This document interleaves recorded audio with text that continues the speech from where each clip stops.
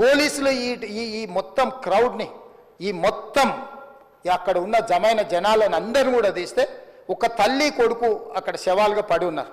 ఆ తల్లి అంత తొక్కిసలాటలు కూడా నేను ఆ వీడియో చూసిన ఆ తల్లి లోపలికి వచ్చినప్పుడు కొడుకు చేయి పట్టుకొని ఎంత జాగ్రత్తగా కొడుకుని తీసుకొని వస్తుందో తల్లి ప్రేమ ఎట్లుంటుందో అక్కడ నాకు చూసి నాకు అర్థమైంది. ఆ శవాలుగా మారిన తల్లి కొడుకు చేయి ఇడవలే అధ్యక్ష, అట్లే చేయి బిగ్గర పట్టుకొని పోలీసు వెళ్ళి చూస్తే ఆ తల్లి ఆ పిల్లగాడు ఆ తల్లి ఆ చెయ్యి వదలకుంటే కన్నబిడ్డను పట్టుకుని తల్లి చచ్చిపోయింది అధ్యక్ష. అట్లాంటి సిచ్యువేషన్లో పోలీసులు తల్లిని కొడుకుని హాస్పిటల్కి అక్కడ ఫస్ట్ ఎయిడ్ ట్రీట్మెంట్ చేసిండ్రు. పోలీసులు ఏం డాక్టర్లు కాదు, హుటాహుటిన తరలించిండ్రు. హాస్పిటల్కి వెళ్ళిన తర్వాత తల్లి చచ్చిపోయింది, పిల్లోడు కోమాలు ఉండు. ఆల్మోస్ట్ పోలీసులు పిల్లవాడు కూడా చచ్చిపోయింది అనుకున్నారు. బ్రెయిన్ డెడ్ అయింది, ఆక్సిజన్ అందక ఆ అబ్బాయికి. సో ఆ సిచ్యువేషన్లో వెనక్కి పోలీసులు వచ్చి హీరో గారికి విషయాన్ని తెలియజేసి హీరో గారు వెళ్ళిపోతే హీరో ఎందుకు వెళ్ళిపోవాలనుకున్నారు పోలీసులు అంటే ఇంకా వేలాది మంది అభిమానులు అక్కడనే ఉన్నారు. హీరో గారు థియేటర్లో కూర్చొని ఉండడం వల్ల సినీ ప్రముఖులు ఉండడం వల్ల ఈ బయట జమైన వేలాది మంది అభిమానులు అక్కడ నుంచి పోకుండా అక్కడనే ఉండడంగా థియేటర్ లోపల కూడా బాల్కనీలో టాప్ బాల్కనీలో హీరో కూర్చుంటే కింద నేల కింది నుంచి పై వరకు వెనక్కి తొక్కుట పైకెక్కి హీరో చేతులు కలపాలని కోతులు ఎగబడ్డట్టు కోట మీదకి కోతులు ఎగబడ్డట్టు ఉల్టా పైకి తొక్కిసలాట జరిగింది అధ్యక్ష. థియేటర్ వాళ్ళు పోలీసులను హీరో దగ్గరికి వెళ్ళి చెప్పడానికి కూడా అనుమతి ఇవ్వకుండా థియేటర్ వాళ్ళు పోలీసులను బ్లాక్ చేశారు అధ్యక్ష.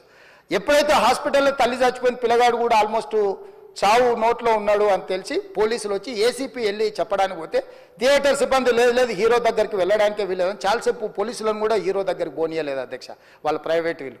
చివరికి ఏసీపీ కోపం వచ్చేసి మిమ్మల్ని అందరిని తీసి లోపల వేయాల్సి వస్తుందని చెప్పి పోయి హీరోకు ఏసీపీ క్లియర్గా ఇద్దరు చనిపోయినరు, మీరు ఇక్కడ కూర్చుంటే థియేటర్లోనగా థియేటర్ బయట ఉన్న వేలాది మంది ఈ సినీ అభిమానులను మేము కంట్రోల్ చేయలేకపోతున్నాం, ల్యాండ్ ఆర్డరు శాంతి భద్రతలు చేయి దాటిపోయినాయి, మేము లాఠీ చార్జ్ చేయాల్సిన పరిస్థితి ఉంది, మీరు దయచేసి వెళ్ళిపోండి, వచ్చిండ్రు చూసిన కదా వెళ్ళిపోండి అంటే లేదు నేను సినిమా అయిపోయే వరకు ఇట్లే కూర్చుంటానని పోలీసులతో చెప్పిండని సిటీ కమిషనర్ నాకు చెప్పడం జరిగింది అధ్యక్ష.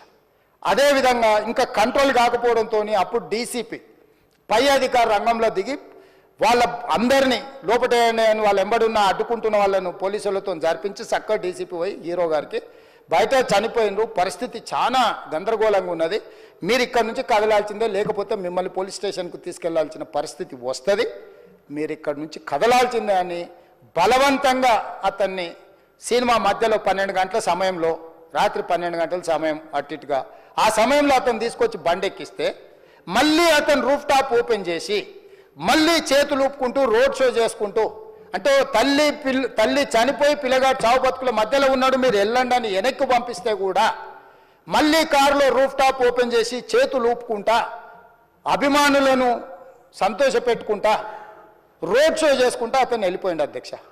పోలీసులు కేసు చేసిరు, కేసు మీద థియేటర్కి సంబంధించిన కొంతమందిని అరెస్టు చేసిరు, అరెస్టు చేసి 10-11 రోజుల తర్వాత పోలీసు హీరో గారింటికి వెళ్ళిండ్రు. మీరు కూడా కేసులో A11 మీ మీద కేసు ఉందని చెప్పడానికి పోలీసులతో దురుసుగా ప్రవర్తించిండు, మీరు ఆ వీడియోలన్నీ కూడా చూసిండ్రు. ఆ పరిస్థితిలో చట్టాన్ని అమలు చేసే పోలీసులు ఆల్రెడీ ప్రాణాలు పోయినాయి, ఒక నిరుపేద తల్లి చనిపోయింది, కొడుకు చావు బతుకుల మధ్యలో ఉన్నాడు, ఆ రోజు కోర్టులో కేసులు కూడా వస్తున్నాయి, కోర్టుకు కూడా మీరు విచారణలు ఏం చేసిండ్రని కోర్టుకు కూడా పోలీసులు జవాబు చెప్పాల్సిన పరిస్థితి ఉండే అధ్యక్ష. దాంతో మాట్లాడితే వాళ్ళు చాలా బాధ్యతారహితంగా సమాధానాలు ఇచ్చారని మా పోలీస్ సిబ్బంది చెప్తున్నారు. దాంతోనే అతన్ని పోలీస్ స్టేషన్కి తీసుకెళ్ళారు అధ్యక్ష. ఇక్కడి వరకు ఒక హీరో ఒక థియేటర్లో జరిగిన సంఘటనలు వీటన్నిటి నేపథ్యంలో పోలీసులు వాళ్ళ విధి నిర్వహణ నిర్వహించారు అధ్యక్ష.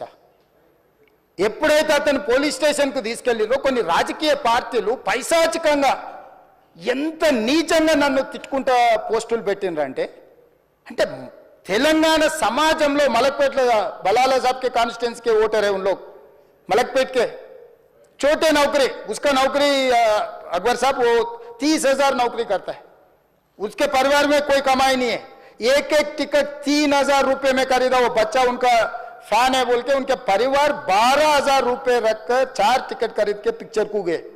30,000 महीने को कमाने वाले నెలకు 30,000 జీతంతో పనిచేసి ఒక ప్రైవేటు చిన్న దాంట్లో ఉద్యోగం చేసుకునే తండ్రి తన కొడుకు ఆయన అభిమానాన్ని కుటుంబము 12,000 రూపాయలు 3,000కు ఒక టికెట్ 12,000 రూపాయలు పెట్టి సినిమా థియేటర్కి వెళ్తే థియేటర్లో చనిపోతే చనిపోయిన 11వ రోజు వరకు వీళ్ళు ఎవరు హీరో కానీ ప్రొడ్యూసర్ కానీ ఎవరు కానీ ఆ కుటుంబాన్ని చనిపోయిన కుటుంబాన్ని కానీ హాస్పిటల్లో చావు బతుకుల మధ్యలో ఉన్న పిల్లవాడిని పరామర్శించడానికి కూడా పోలేదు అధ్యక్ష. ఇది ఏ రకమైన మానవత్వం అధ్యక్ష? నాకు అర్థం కాలే. ఇలాంటి మానవత్వం లేకుండా వ్యవహరించిన వాళ్ళను పోలీసులు విధి నిర్వహణలో భాగంగా పోలీస్ స్టేషన్కు తీసుకెళ్తే ఒక ఆయన ట్విట్టర్లో పెడతాడు అడ్డగోలుగా 10 ఏళ్ళు మంత్రి చేసి ఉద్యమాలు చేసినామని చెప్పుకునేటోళ్ళు, ఉద్యమాల సమయంలో సినిమా షూటింగ్లో జరగొద్దని దాడులు చేసిన వ్యక్తులు ఇవాళ అతను భగవత్ స్వరూపుడు, అసలు అతన్ని పోలీసులు ముట్టుకుంటారా? అసలు ఈ రాష్ట్రం ఏమైపోతుంది? రాష్ట్రం ఉంటుందా? ఈ రకంగా రాజకీయ పార్టీలు అధ్యక్ష, రాజకీయ పార్టీలు ప్రజాప్రతినిధులుగా చనిపోయిన ప్రాణాల విలువ లేకుండా చావుకు కారణమైన ప్రత్యక్షంగా పరోక్షంగా అయిన వాళ్ళని పోలీస్ స్టేషన్కు విచారించడానికి పిలిస్తే కూడా అది కూడా తప్పుపట్టి ప్రభుత్వాన్ని బద్నాం చేయాలి, ముఖ్యమంత్రిని తిట్టాలని ఎంత నీచమైన భాష వాడింది అధ్యక్ష. యూట్యూబ్లలో మీరు చూడండి.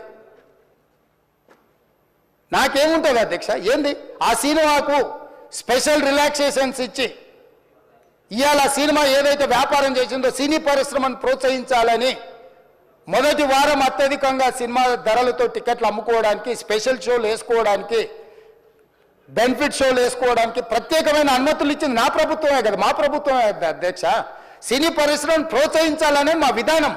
ప్రోత్సహించే క్రమంలో తెలంగాణ ప్రజల ప్రాణాలు తీసుకుంటే కూడా వాళ్ళని ఏమనొద్దానంటే మీరు లా చేయండి అధ్యక్ష. మరి స్టేట్కు లా అథారిటీ ఉందో లేదో నాకు తెలియదు, కానీ star, film star, super stars or political stars is having some special privilege. If they murdered anyone also we need not to prosecute or otherwise we need not to book any case against these personalities అని మనం మీరు చట్టం చేస్తా అంటే సినీ ప్రముఖులకు కానీ రాజకీయ ప్రముఖులకు కానీ స్టార్లని ఫీల్ అయ్యే వాళ్ళ పట్ల ప్రత్యేకమైన చట్టం ఉంటుంది. వాళ్ళ మీద కేసులు పెట్టొద్దని మీరు ఏమైనా చట్టం చేస్తే ఆ చట్టం అమలు చేస్తాం అధ్యక్ష. ఈ రోజున్న డాక్టర్ బాబాసాహెబ్ అంబేద్కర్ ఇచ్చిన చట్టం ప్రకారము దీనికి కారణమైన వాళ్ళను ప్రత్యక్షంగా పరోక్షంగా కారణమైన వాళ్ళందరి మీద కేసులు కట్టి పోలీసులు విచారణ చేయాల్సిందే, బాధితులను శిక్షించాల్సిందే అధ్యక్ష. సో ఈరోజు ఆ కుటుంబాన్ని ఆదుకోవడానికి ఈరోజు కూడా ఆర్థికపరమైన విషయాల్లో కానీ దీంట్లో కానీ వాళ్ళు ఎవరు పెద్దగా ఆసక్తి, కనీసం సినిమా వాళ్ళు ఒక్కరోజు అతను పొయ్యి వస్తే సినీ ప్రముఖులందరూ అతని ఇంటికి వెళ్ళి అతనికి మొత్తం ఏదో కాళ్ళు చేతులు యాక్సిడెంట్లో పోయినట్టు కన్నీళ్లు గారుస్తారు.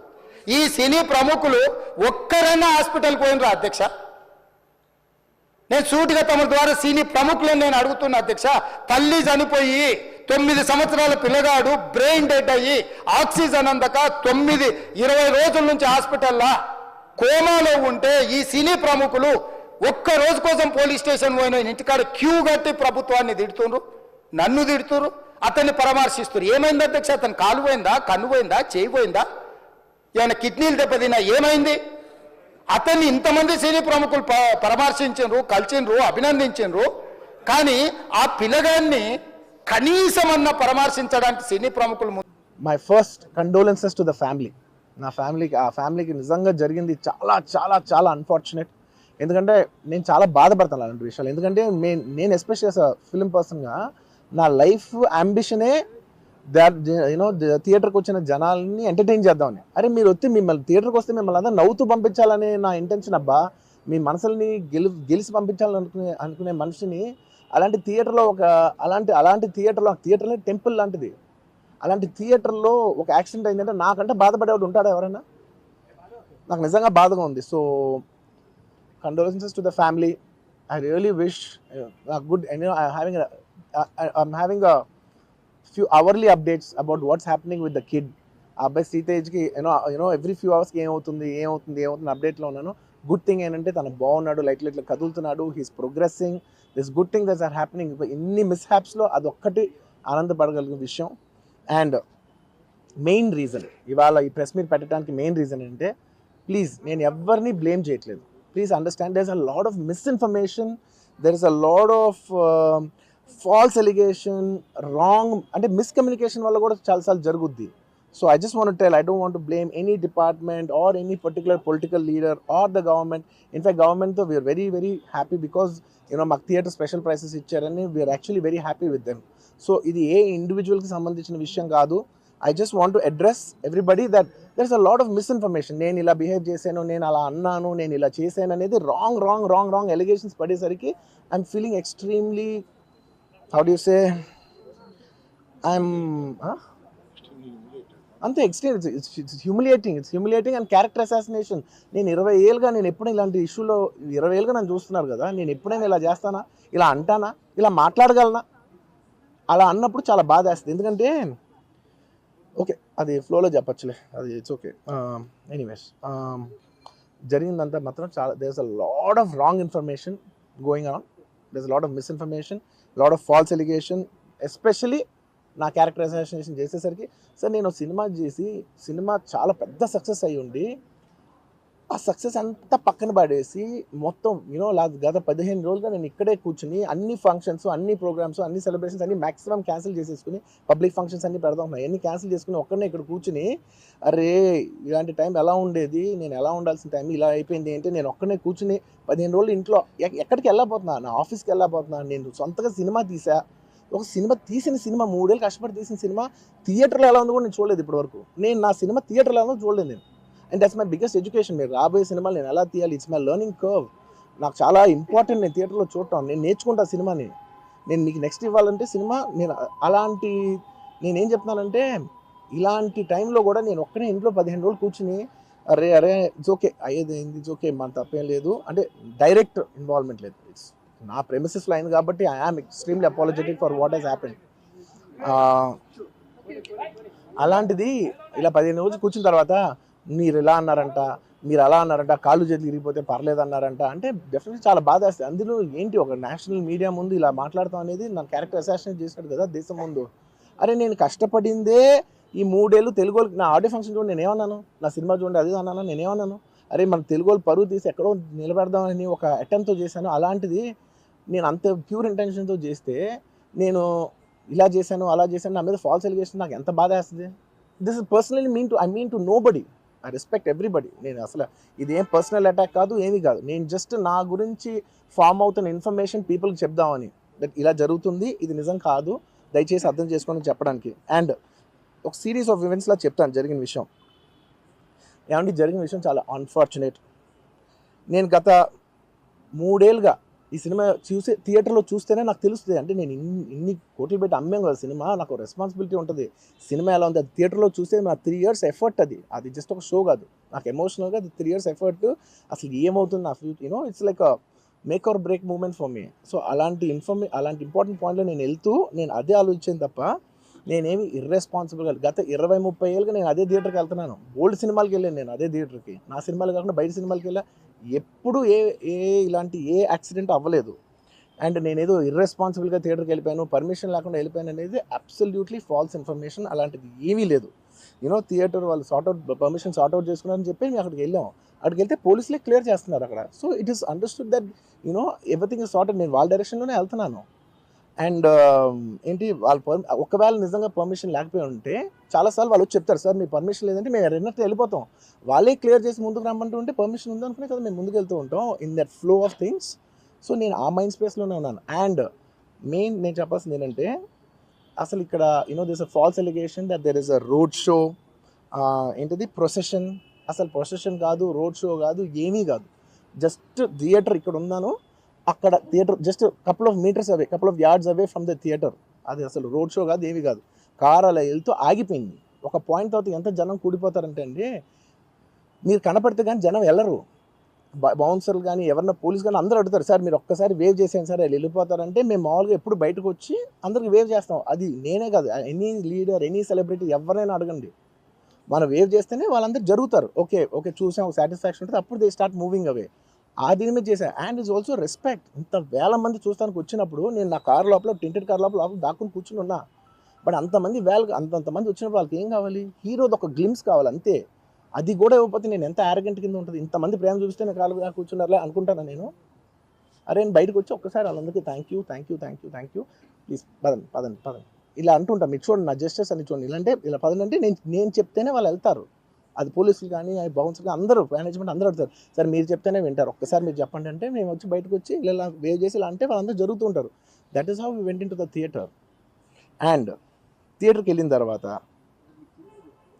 what I wanted to say is that there's a misinterpretation అనుకోండి, misinformation అనుకోండి, false information అనుకోండి, ఏమనుకోండి, it is no road show, it is no procession. Just థియేటర్కి వెళ్తుంటే జనాలు ఎక్కువ బయటకు వస్తే జస్ట్ వాళ్ళు వేవ్ చేసి మళ్ళీ లోపలికి వెళ్ళిపోయి మళ్ళీ థియేటర్ లోపలికి వెళ్ళిపోయాం. అండ్ థియేటర్ లోపల మేము సినిమా చూసిన కొంచెం సేపటికి సార్ నా వర్క్ అసలు ఏ పోలీసు కానీ ఎవ్వరూ నాకు వర్క్ అసలు నాకు కలవలేదు, నాతో ఏం చెప్పలేదు. నాకు చెప్పిందల్లా అది పైగా మా మేనేజ్మెంట్ సైడ్ నుంచి వాళ్ళు మా వాళ్ళు వచ్చి చెప్పింది ఏంటంటే, సార్ బయట ఓవర్ క్రౌడ్ అవుతుంది, మీరు దయచేసి వెళ్ళిపోండి అని చెప్పారు. వాళ్ళ పోలీసు వాళ్ళందరూ బయట చాలా మందికి ప్రాబ్లం అవుతుంది సార్, ఓవర్ క్రౌడ్ అవుతుంది, మీరు వెళ్ళిపోండి అంటే నేను వెళ్ళిపోయా. సినిమా స్టార్ట్ అయిన కొంచెంసేపు నేను వెళ్ళిపోయా. నేను మా వైఫ్ అందరూ మేము బయటకు వచ్చాము అంతే. నాకు అసలు ఆ తర్వాత నెక్స్ట్ డే నాకు తెలిసింది ఒక లేడీ ఇలా ఉందంట, కళ్ళు తిరిగి పడిపోయిందంట, ఆ తర్వాత ఆవిడ పాపం చనిపోయిందంట, ఇలా ఒక కిడ్ ఉన్నాడు అంటే నేను షాక్లో గురయ్యా. అంటే నాకు తెలీదు అసలు, నెక్స్ట్ డే వరకు నాకు అసలు తెలీదు. I had no idea.